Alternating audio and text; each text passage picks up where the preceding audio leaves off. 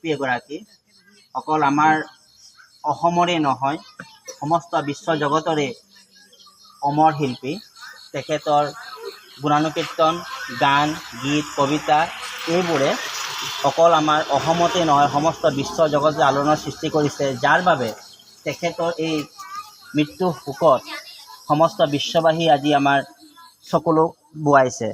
তো সেই অনুপাতে তেখেতৰ সমস্ত জগততে চুকে কোণে দোকানে পোহাৰে সমাজে সকলো ঠাইতে শ্ৰদ্ধাঞ্জলি জ্ঞাপন কৰিছে। তো সেই অনুপাতে আমাৰ ধলাগুৰি সৎসংগ কেন্দ্ৰ মন্দিৰৰ অন্তৰ্গত সকলো ইষ্টপন দাদা আৰু মাসকলকে মিলি আজি এই বিশেষ শ্ৰদ্ধাঞ্জলি অনুষ্ঠান আয়োজন কৰা হৈছে। সেই উপলক্ষে এই মহান শিল্পীগৰাকীৰ আত্মা যাতে চিৰশান্তি পায় সেই অনুপলক্ষে আমি সকলোৱে শ্ৰী ঠাকুৰৰ শ্ৰীচৰণত তেখেতৰ আত্মাৰ সদ্গতি উপলক্ষে 1 মিনিট মৌন প্ৰাৰ্থনা কৰি সময় আৰম্ভ হৈছে। সকলো মোবাইলবোৰ চাইলেণ্ট কৰি দিব।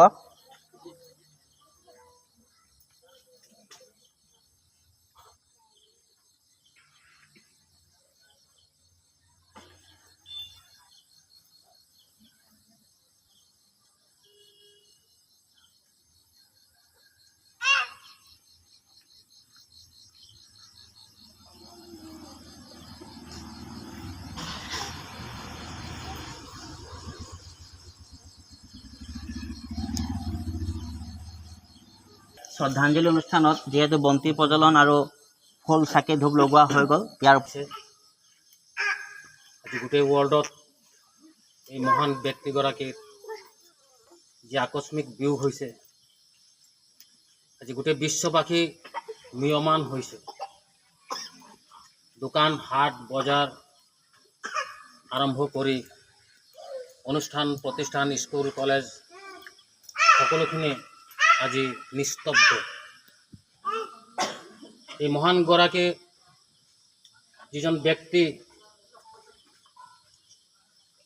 আজি তেখেতে ইহলীলা সম্বোধন কৰিলে।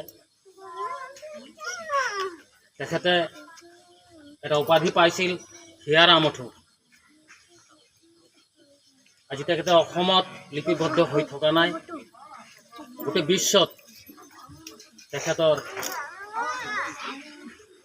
যিখিনি গুণমুগ্ধ আছে সকলোৱে প্ৰাণ ঢালি তেখেতক ভাল পাইছিল আৰু প্ৰতিটো জাগাত এই শ্ৰদ্ধাঞ্জলি অনুষ্ঠান কৰিছে তেখেতসকলে। আমিও ধলাগুৰি সৎসংগ ফালৰ পৰা যিখিনি পাৰোঁ আমাৰ পৰম পিতা পৰমেশ্বৰ শ্ৰী শ্ৰী ঠাকুৰ অনুকূল চন্দ্ৰ দেৱৰ শ্ৰীচৰণত তেখেতৰ আত্মাই যেন শান্তি পায় এই কামনাৰে আজি এই শ্ৰদ্ধাঞ্জলি অনুষ্ঠান। আজি জুবিন দা নাই যদিও তেখেতৰ আত্মা কিন্তু প্ৰতিটো ব্যক্তিৰ হৃদয়ত আছে।